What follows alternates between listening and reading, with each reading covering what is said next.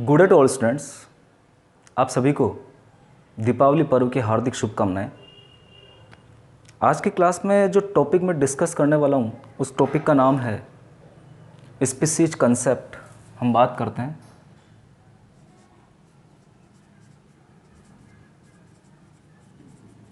जिसे हम बोल देंगे जाति की अवधारणा।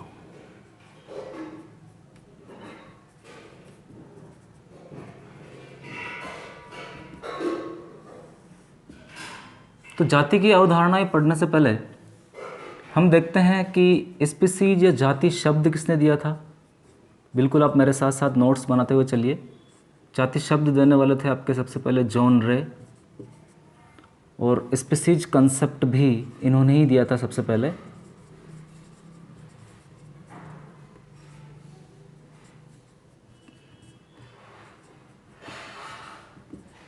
सबसे पहले स्पीसीज की परिभाषा या जाति की परिभाषा भी इन्होंने ही दी थी। जाति जो है वो वर्ग की का सबसे छोटा पद माना जाता है। बिल्कुल आप याद रखेंगे, वर्गीकी का सबसे छोटा पद जाति को माना जाता है। जॉन रे ने एक बुक लिखी थी, इस बुक का नाम भी बहुत इंपॉर्टेंट है, आप याद रखेंगे, हिस्टोरिया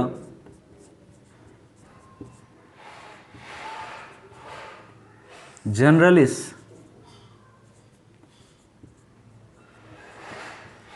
प्लांटेरम। इस किताब में इन्होंने अपने द्वारा किए गए कार्यों को प्रकाशित करवाया। Historia Generalis plantarum.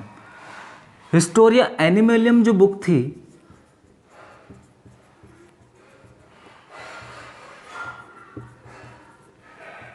इस बुक को अरस्तु ने लिखा था।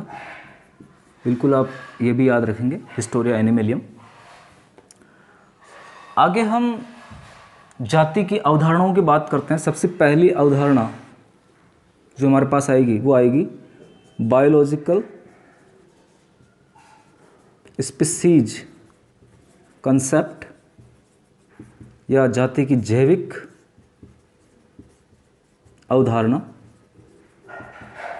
इसकी प्रमुख बातें क्या थी वो हम पढ़ लेते हैं। सबसे पहले इसे देने वाले थे आपके मेयर, जिन्हें हम 20th सेंचुरी का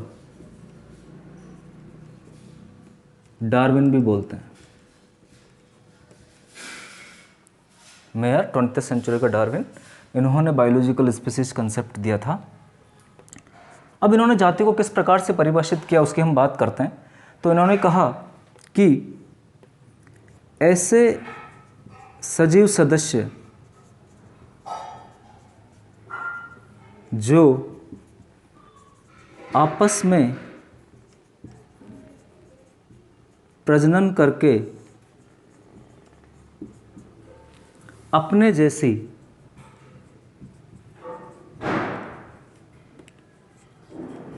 प्रजननशील संतानें उत्पन्न करे वो एक ही जाति के सदस्य माने जाएंगे। ऐसे सजीव सदस्य जो आपस में प्रजनन करके अपने जैसी प्रजननशील संतानें उत्पन्न करें। यानी इन्होंने प्रजननशीलता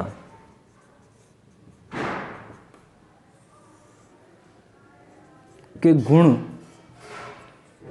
को लेकर जैविक जाति को निरूपित किया।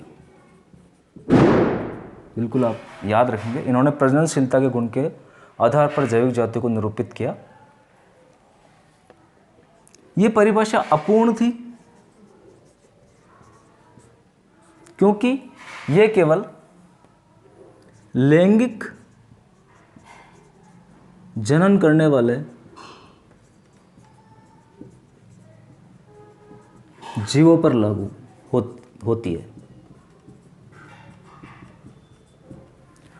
अलैंगिक जनन करने वाले जीवों पर यह लागू नहीं होती है। अलैंगिक करने वाले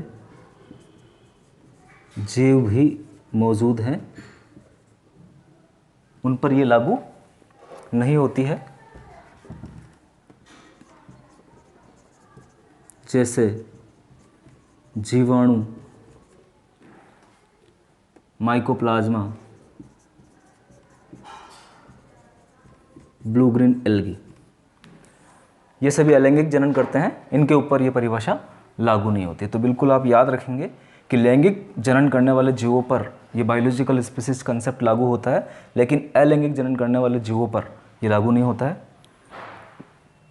आगे हम बात करें तो टैक्सोनॉमी में प्रजननशीलता के आधार पर जाति को वर्गीकृत नहीं किया जाता है। वर्गीकी में प्रजननशीलता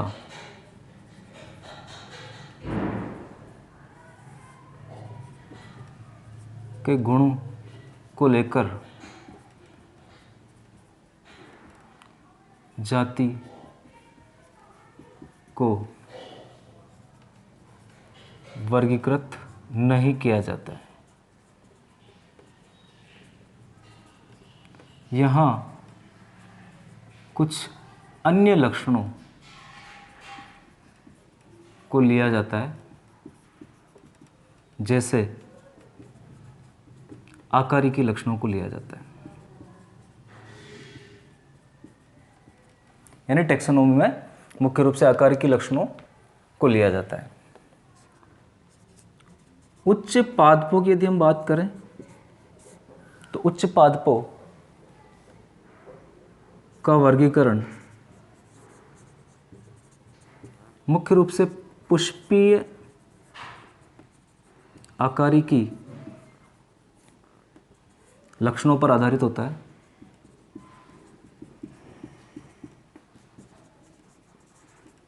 पुष्पीय आकारिकी लक्षणों पर बेस्ड होता है, क्योंकि ये लक्षण बहुत कम बदलते हैं, ज़्यादा संरक्षित होते हैं। कायिक लक्षणों की तुलना में जो पुष्पीय आकार के लक्षण है वो ज़्यादा संरक्षित पाए जाते हैं, बहुत ही कम बदलते हैं। इसलिए उच्च पादपों के वर्गीकरण में पुष्पीय आकार के लक्षणों को आधार बनाया जाता है। इस संसार के सभी मनुष्यों की हम बात करें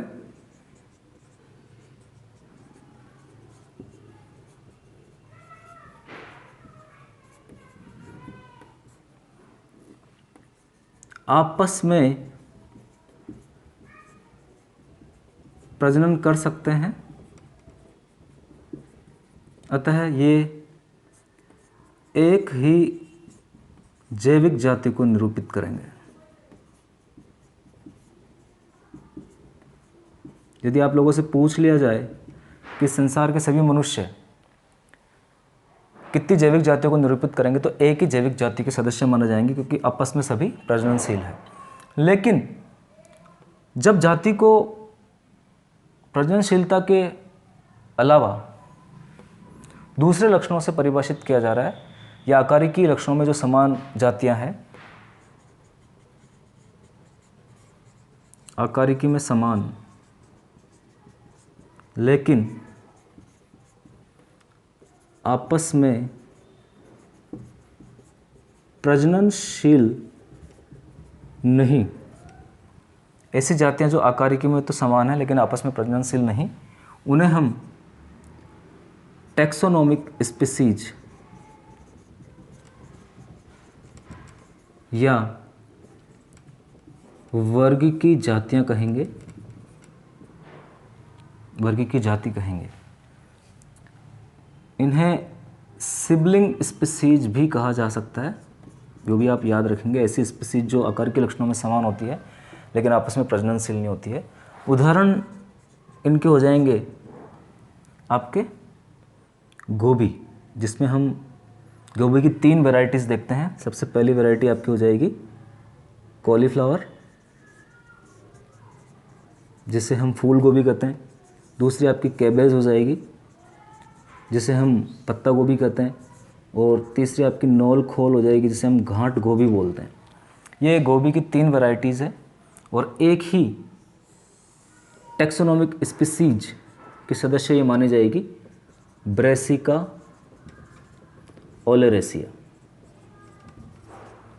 लेकिन जैविक जाति की हम बात करें तो ये तीनों आकार के रूप में समान है लेकिन प्रजननशील नहीं है।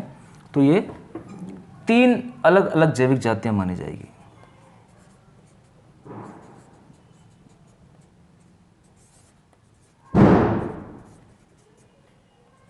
बिल्कुल आप याद रखेंगे, ये 3 अलग अलग जैविक जातियां मानी जाएगी। तो जो गोभी है, फूल गोभी, पत्ता गोभी, गांठ गोभी, ब्रेसिका ओलेरेशिया इनकी स्पीसीज का नाम है, वैरायटीज अवेलेबल हो जाएगी। तो इनको 3 अलग अलग जैविक जातियां हम बोलेंगे क्योंकि ये आपस में प्रजननशील नहीं होती है, लेकिन आकारी के रूप में एक समान होने की वजह से इनको सिबलिंग स्पीसीज या एक ही टैक्सोनॉमिक स्पीसीज बोला जाएगा। तो डियर स्टूडेंट्स, ये आपका हो जाएगा सबसे पहला कंसेप्ट, बायोलॉजिकल स्पीसीज कंसेप्ट। बहुत ही इंपॉर्टेंट है, इसके ऊपर क्वेश्चन किया जाता है कि सबसे पहले बायोलॉजिकल स्पीसीज कंसेप्ट या जाति की जैविक परिभाषा, जैविक अर्थों में जाति को परिभाषित किसने किया था? तो मेयर ने किया था। बिल्कुल आप याद रखेंगे। दूसरा जो कंसेप्ट हमारे पास यहाँ पर आता है वो है स्टैटिक कंसेप्ट ऑफ स्पीसीज, उसकी हम बात करते हैं। सेकंड कंसेप्ट हमारे पास आ जाएगा स्टैटिक कंसेप्ट, स्टैटिक अवधारणा, इसकी हम बात करते हैं। और इसे देने वाले थे कार्ल वॉन लिने, यानी लीनियस। लीनियस ने इसे दिया था। लीनियस को हम आधुनिक वर्गीकी का पिता भी हम कहते हैं। लीनियस आधुनिक वर्गीकी का पिता और द्विनाम पद्धति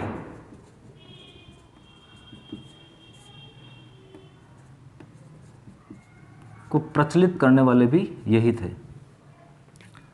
तो आप याद रखेंगे लीनियस के बारे में। इनका नाम कार्ल वॉन लिने था, फिर इन्होंने बदल के कैरोलस लीनियस कर दिया द्विनाम पद्धति के अनुसार। स्टैटिक कंसेप्ट में इन्होंने बोला कि जो जाति होती है वो अपरिवर्तनशील है। बिल्कुल आप शब्दों पर ध्यान देंगे। जाति अपरिवर्तनशील, पहले जैसी थी वैसी आज है, वह कल भी रहेगी, ये इन्होंने कहा था। Carolus Linnaeus theory of special creation या विशिष्ट सृष्टि के सिद्धांत पर विश्वास करने वाले थे और इस सिद्धांत को देने वाले फादर सुरेज थे।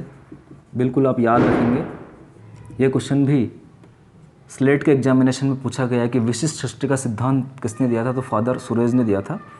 और इस सिद्धांत के अनुसार, विशिष्ट सृष्टि के सिद्धांत के अनुसार या फादर सुरेज के अनुसार, इस पूरी पृथ्वी व जीवों को भगवान ने जिस रूप में बनाया है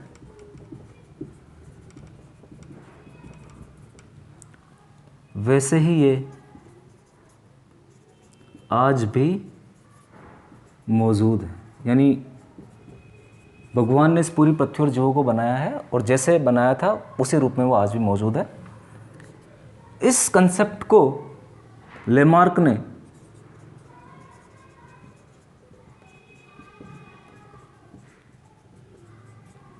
अमान्य कर दिया। तो याद रखेंगे, इस कंसेप्ट को लेमार्क ने फिर आगे अमान्य कर दिया और लेमार्क एक नया कंसेप्ट लेके आए जिसे हम बोलेंगे डायनामिक कंसेप्ट ऑफ स्पीसीज बिल्कुल आप देखिए, नंबर तीसरा कंसेप्ट हमारे पास आ जाएगा डायनामिक कंसेप्ट या जाति की गतिक अवधारणा, और इसे प्रस्तुत करने वाले आपके हो जाएंगे लेमार्क।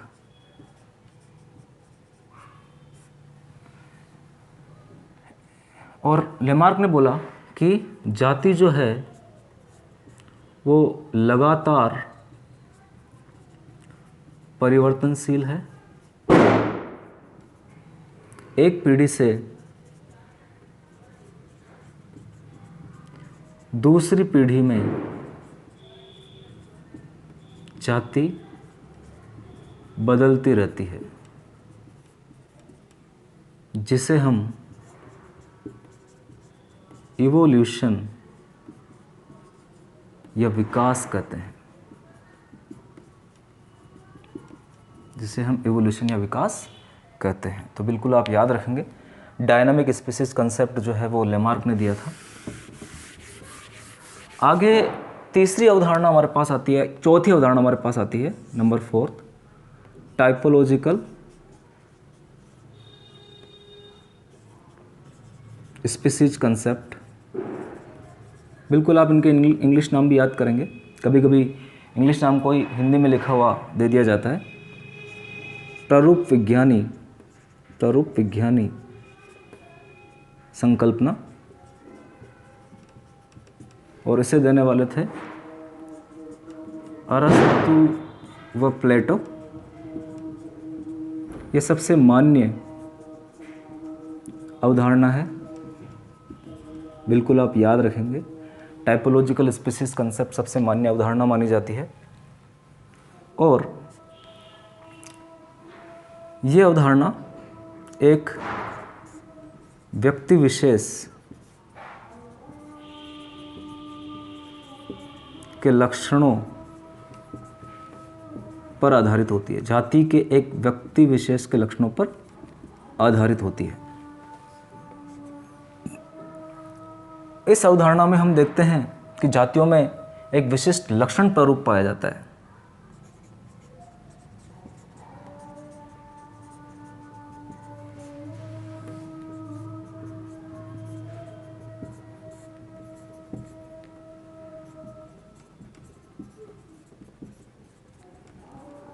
एक विशिष्ट लक्षण प्रारूप होता है, और जाति के सभी सदस्य इस लक्षण प्रारूप से समानता दिखाते हैं। एक जाति के सभी सदस्य इस प्रारूप से अधिक समानता प्रदर्शित करते हैं।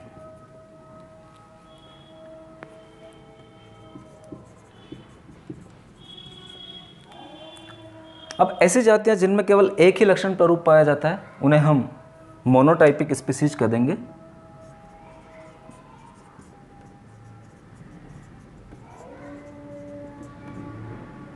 एकल प्रारूपी, या आप इन्हें बोलेंगे मोनोटाइपिक स्पीसीज। और ऐसी जातियां जिनमें एक से अधिक लक्षण प्रारूप मिलता है, उन्हें हम बहुल प्रारूपी या पॉलीटाइपिक स्पीसीज कह देंगे। बिल्कुल आप याद रखेंगे। अब ये पॉलीटाइपिक स्पीसीज भी अलग अलग प्रकार की हो सकती है। मुख्य रूप से पॉलीटाइपिक स्पीसीज के प्रकार हम यहाँ पर देखने वाले हैं आगे। पॉलीटाइपिक स्पीसीज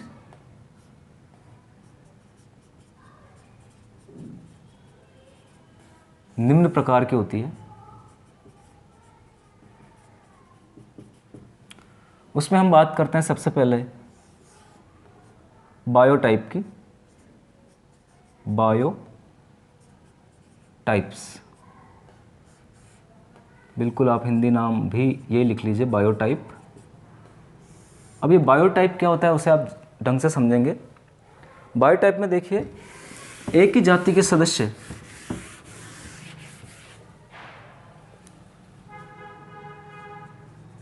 एक ही जाति के सदस्य जो समान वातावरण में पाए जाते हैं,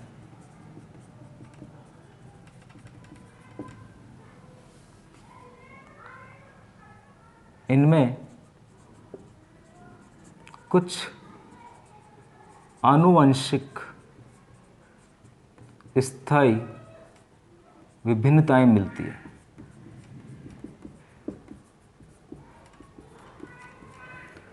और ये आपस में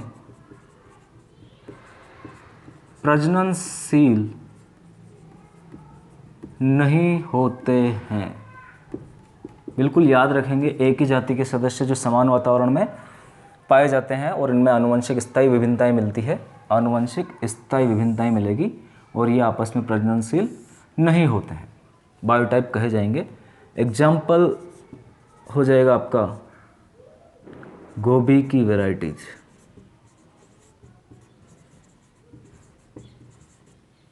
जो गोभी की 3 वैरायटीज हमने देखी है, कॉलीफ्लावर, कैबेज और नौलखोल, वो बायोटाइप के एग्जाम्पल हो जाएंगे। बिल्कुल आप यहाँ पे याद रखेंगे, गोभी की जो वैरायटीज़ आपने देखी है वो बायोटाइप के एग्जाम्पल हो जाएंगे। और तीनों आकारी के रूप में समान है लेकिन आपस में प्रजननशील नहीं होती है। दूसरा हम यहाँ पर देखते हैं इकोटाइप।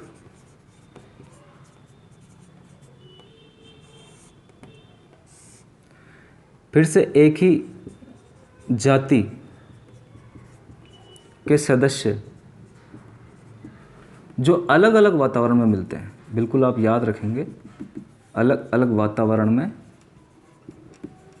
मिलते हैं, इनमें भी कुछ स्थायी आनुवंशिक विभिन्नताएं मिलती है।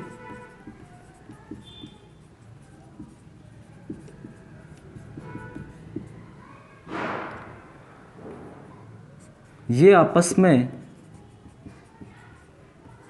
प्रजननशील होते हैं लेकिन भौगोलिक प्राकृतिक अवरोधों की वजह से, भौगोलिक प्राकृतिक अवरोधों की वजह से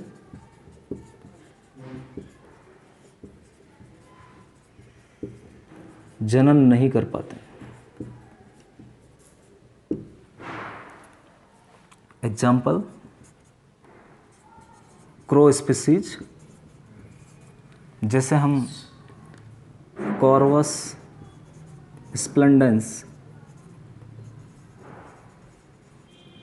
स्प्लेंडेंस की बात करें तो ये आपका इंडियन क्रो हो जाएगा। कॉर्वस स्प्लेंडेंस इंडिया का निवासी कौवा है। इसी प्रकार से कॉर्वस स्प्लेंडेंस इंसोलेंस की हम बात करें,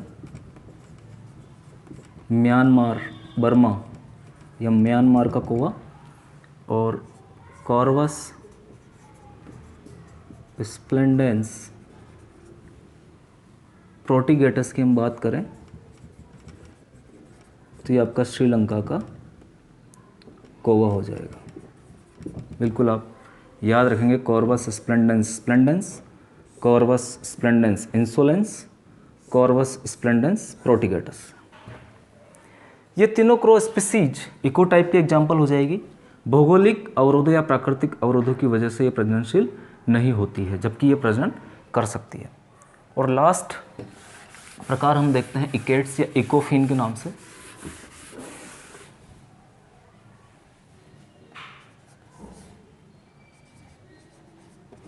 इकेट्स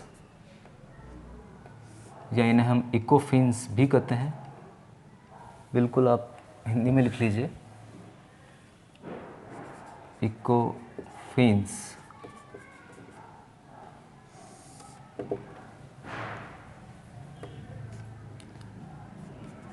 एक ही जाति के सदस्य जिनमें वातावरण के कारण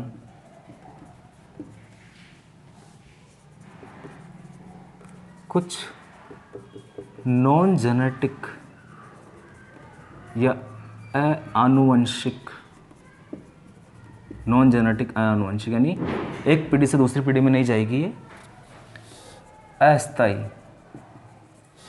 विभिन्नताएं मिलती है।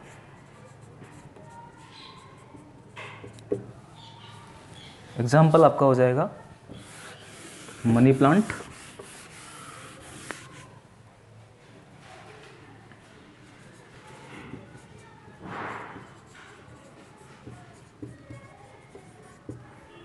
जब मनी प्लांट छाया में लगाया जाता है तब ये हरा दिखाई देता है, और धूप में लगाया जाता है तब ये पीला दिखाई देता है। तो इस प्रकार से मनी प्लांट आपकी किट से इकोफिन्स हो जाएगी। तो डियर स्टूडेंट्स, ये हमारा स्पीशीज कंसेप्ट हो जाएंगे। मैं आशा करता हूँ कि आपको ये वीडियो अच्छा लगा होगा। आप प्लीज़ इस वीडियो को लाइक और शेयर कर दीजिए, और अगर मेरे चैनल को सब्सक्राइब नहीं किया है तो सब्सक्राइब कर दीजिए। Thank you very much.